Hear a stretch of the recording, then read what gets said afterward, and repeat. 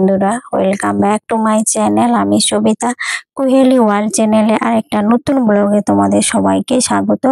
তোমরা সবাই কেমন আছো? আশা করছি যে যেখান থেকে আমার ব্লগটা দেখছো সবাই ভালো আছো, সুস্থ আছো। আমরাও বেশ ভালো আছি। আজ হচ্ছে রবিবার আর এখন বেজেছে সকাল 7টা। তো এখন থেকে আমার ব্লগটা শুরু করছি। তো চা খাচ্ছি সকালবেলায়, তো চা খাওয়া দিয়ে শুরু করছি ব্লগটা। তো প্রচুর প্রচুর ভালোবাসা দিয়ে ব্লগটা শুরু করছি, প্লিজ স্কিপ না করে পুরো ভিডিওটা দেখো। তো আমি চা খেয়ে নিয়ে চলে আসলাম। দেখো আমার রান্নাঘরটা একটুখানি ঝুল হলেই মাঝে মধ্যে আমি পরিষ্কার করে নিই, তো রান্নাঘরটা একটু ডিপ ক্লিন করে নিচ্ছি আর ড্রয়িং রুমটাও পরিষ্কার করে নেবো। তো এভাবে আমি পরিষ্কার করি।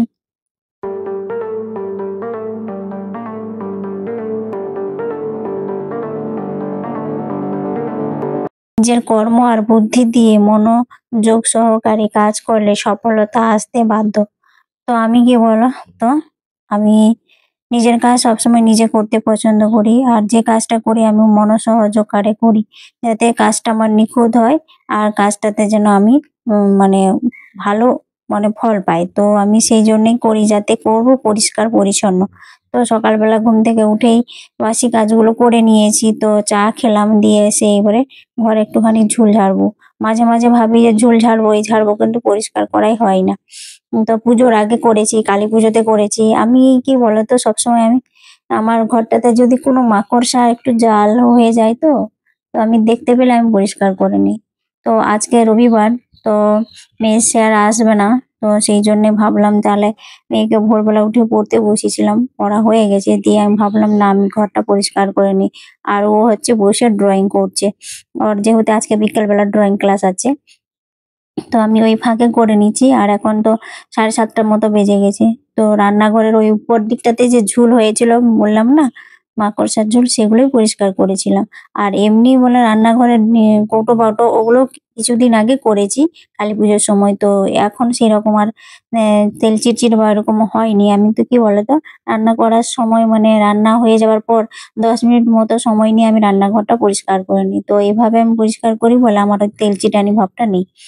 তো এখন এই দিকে আমি এই যে পরিষ্কার করে নিচ্ছি।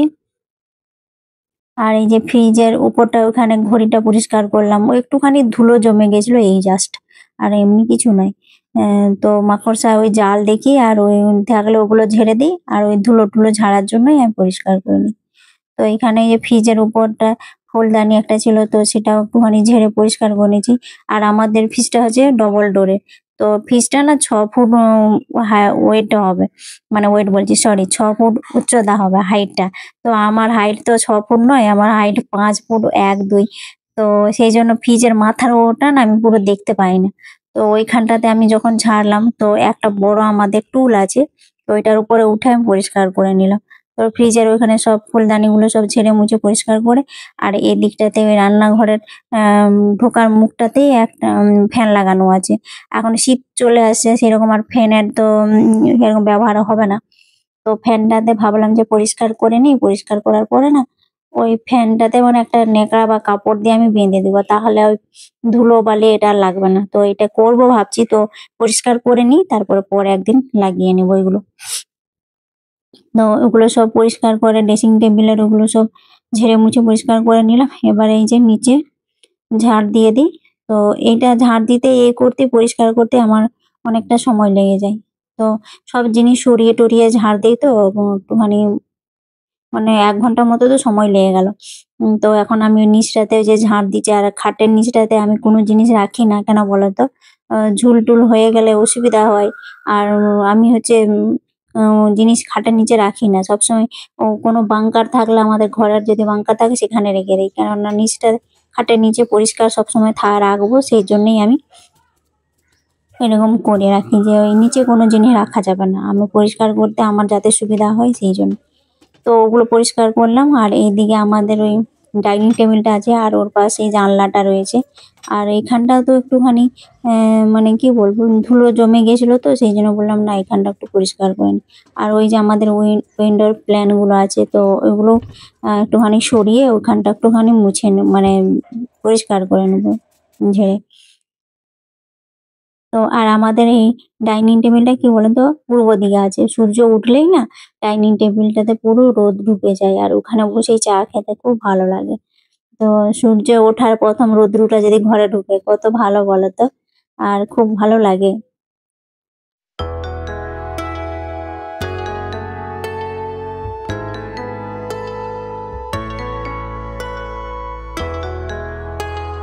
তোমাদের আমার একটা কথা বলার আছে বন্ধুরা। তো আমি দেখেছি আমার ভিডিও দেখে কেন যে এরকম হয়ে যাচ্ছে আমি কিছুই খুঁজে পাচ্ছি না। আমার চ্যানেলটাতে এই এক্ষুনি দেখলাম যে চ্যানেলটাতে সাবস্ক্রাইব বেড়ে গেছে 2-3টে, আর একদিন পরে আবার দেখছি না কেটে নিচ্ছে। তো কেন হচ্ছে এটা আমার খুব প্রবলেম হচ্ছে, এইটা আমি কিছুই বুঝতে পারছি না কেন। তোমরা যদি কিছু সলিউশন জানো প্লিজ আমার কমেন্ট করে অবশ্যই জানাবে। আর তো আমাকে আর কটা বন্ধু আমাকে কমেন্ট করেছিল, তো বন্ধুর নামটা জানি না, তো বাংলাদেশ থেকেই ওই বন্ধুটা আমার ভিডিও দেখেছে, দেখে কমেন্ট করলো বলে খুব সুন্দর হয়েছে দিদিভাই ভিডিওগুলো। তো থ্যাংক ইউ সেই দিদিভাইকে। তো আর আমি লাইভ করি যেহেতু, লাইভে আমার অনেক নতুন নতুন মানে ফ্রেন্ড হয়, অনেক দূর দূর থেকে লাইভ গুলো দেখে। তার জন্য থ্যাংক ইউ সো মাচ, যারা যারা আমার লাইভ দেখো তাদেরকে অসংখ্য ধন্যবাদ। এইভাবে আমার সাপোর্ট করো, আমার পাশে থাকো। তো কি বলতো, সবার নাম কিন্তু মনে থাকে না। লাইভ করি তো, যখনই লাইভ করি তখনই নামগুলো চলে আসে, তখনই মনে থাকে। তারপরে লাইভ ডুবে গেলে আর নামগুলো তো থাকে না। লাইভ ডুবে যায় বলতে কি, লাইভটা যখন আমি বন্ধ করে দিই, শেষ করে দিই, তারপর আর নামগুলো থাকে না। তো সেই জন্য নামগুলো আমার মনেও থাকে না। যদি প্রতিনিয়ত যদি যে বন্ধুগুলো আমার লাইফে আসে তাহলে তাদের নাম ঠিকভাবে মনে রাখতে পারি। যেমন আসে ওই যে পবিত্র চ্যাটার্জি, তারপরে রিপন, আর আসে হাসান, আরো কজন আসে, তারপরে ফটিক মাহাতো, সৌমেন দাস, এই সব আসে, সৌমেন মাঝি। তো তাদের নাম যারা মানে কম বেশি আমার ডেইলি লাইফে আসে, তো সেই জন্য মনে থাকে। আর যারা নতুন আসে, একদিন দুদিন আসে, তো তাদের আমি নামগুলো মনে রাখতে পারি না।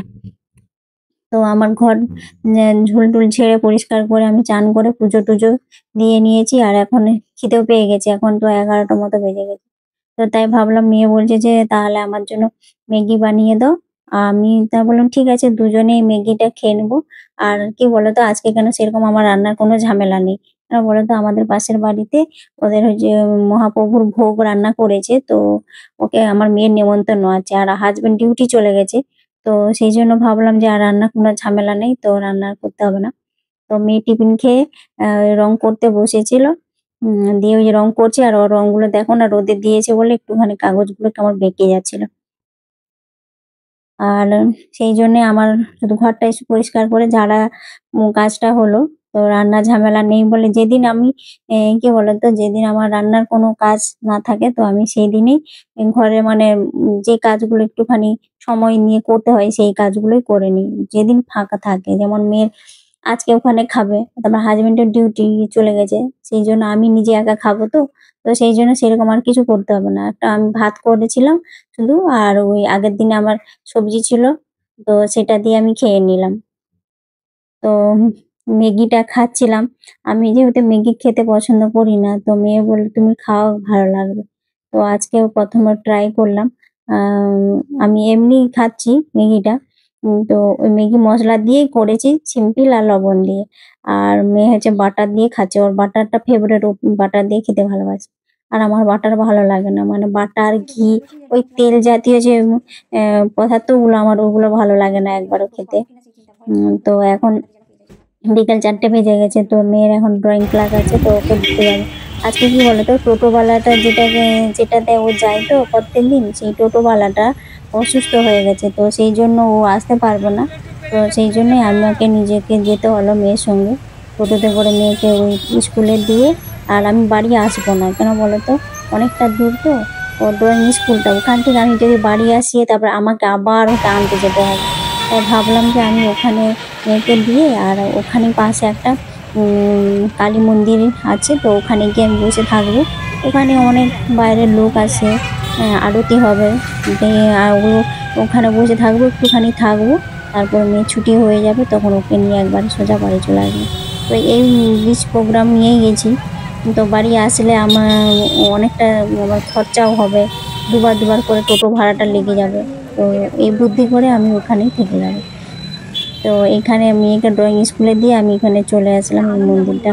তো এটা হচ্ছে আনন্দময়ী মা, এখানে কালী মন্দির। তো মৌমাছি ক্লাব, এখানেই আমি এখানে বসে থাকি। আর এই দিকটাতে দেখো ওই যে রাধা কৃষ্ণ আছে, আর ওই পাশে একটা শিব মন্দির আছে। আর এইখানে যে একটা ঘর দেখতে পাচ্ছ, এখানে না প্রতি রবিবার যোগা হয়। তো ওখানে যোগা যারা ক্লাস করে তারা এসেছে, আর আমি এই যে মন্দিরে এখানে বসেছিলাম। এখন লোকজন মানে খুবই কম আসে মন্দিরে, কেন বলতো? ওই যে রাসমেলা হচ্ছে তো, তো সেই জন্য ওখানে সবাই মেলা দেখতে চলে গেছিলো, তো তাই জন্য ওই মন্দিরে খুবই কম লোকজন ছিল। তো তারপরে মেয়ের এই যে ড্রয়িং স্কুলে আমি চলে আসলাম। তো মেয়ের এখন ছুটি হয়ে যাবে, ওকে নিতে আসলাম। দিনের বেলা ছিলাম তো তখন এত কিছু লাইট সাইট জ্বলছিল না, তো এখন রাতের বেলা এসেছি আনতে। এত সুন্দর লাইট জ্বলছে না, খুব সুন্দর লাগছে। হ্যাঁ, তো এই জন্য এখানে একটুখানি আমি দাঁড়িয়ে ওখানে একটুখানি ভিডিও বানিয়ে নিলাম, আর তোমাদের সাথেও শেয়ার করে দিচ্ছি। তো কেমন লাগছে আমার মেয়ের ড্রয়িং স্কুলটা, তোমরা প্লিজ কমেন্ট করে জানাবে। তো মেয়ের এই যে ছুটি হয়ে গেছে, এখনো যে সব একজন একজন করে বেরোচ্ছে। তো আজকে যেহেতু রবিবার, আজকে অনেকগুলোই ব্যাচ থাকে। সকালে দুটো ব্যাচ একবার হয়েছে, তারপরে দুপুরে রেস্ট ছিল, তারপরে আবার সে 5টা থেকে ব্যাচ শুরু, 5টা থেকে 7টা, আবার 7টা থেকে এখন 9টা পর্যন্ত ব্যাচ ক্লাস হয়। আর রবিবার দিনটা, রবিবার শনিবার এই দুটো দিন 4টে করে ব্যাচের ক্লাস হয়, আর অন্য সব দিন একটা ব্যাচেই ক্লাস হয়। একটা হ্যাঁ, দুটো ব্যাচের ক্লাস হয়। 5টা থেকে 7টা, আবার 7টা থেকে 9টা, এরকম। তো মেয়েকে ড্রয়িং স্কুল থেকে নিয়ে চলে আসলাম, আসার পথে এই যে মোমো নিয়ে এসেছি, চিকেন মোমো। তো এই যে এখন মোমো গুলো আমরা খেয়ে নিই, যেহেতু গরম আছে তো, তো গরম গরম খেয়ে নিলেই ভালো। তো মোমো গুলো খেয়ে নিবো, তার সাথে মোমোর ওই যে জুসটা দিয়েছে, আর এই যে এখন খেয়ে নিচ্ছি। তো এটাই আমাদের খাওয়া, মানে এইটাই আমাদের ডিনার হয়ে যাবে। তো খেয়ে নেই আমি আর মেয়ে দুজনে। আর ভিডিওটা এখানেই শেষ করছি। ভিডিওটা যদি তোমাদের কোথাও একটু ভালো লাগে, তাহলে বন্ধুরা প্লিজ লাইক, শেয়ার, কমেন্ট এবং সাবস্ক্রাইব করে দিও। তো তখন তোমরা কি করবো বলো তো, সবাই ভালো থাকবে, সুস্থ থাকবে, খেয়াল রাখবে। আর ঠান্ডা কিন্তু খুব ভালোই পড়ে গেছে, তো ওই জন্য মেয়ে তো সোয়েটার গায়ে দিয়ে গিয়েছিল। আর তো এইভাবে আমাকে সাপোর্ট করো, পাশে থাকো। সবাইকে টাটা, বাই, গুড নাইট।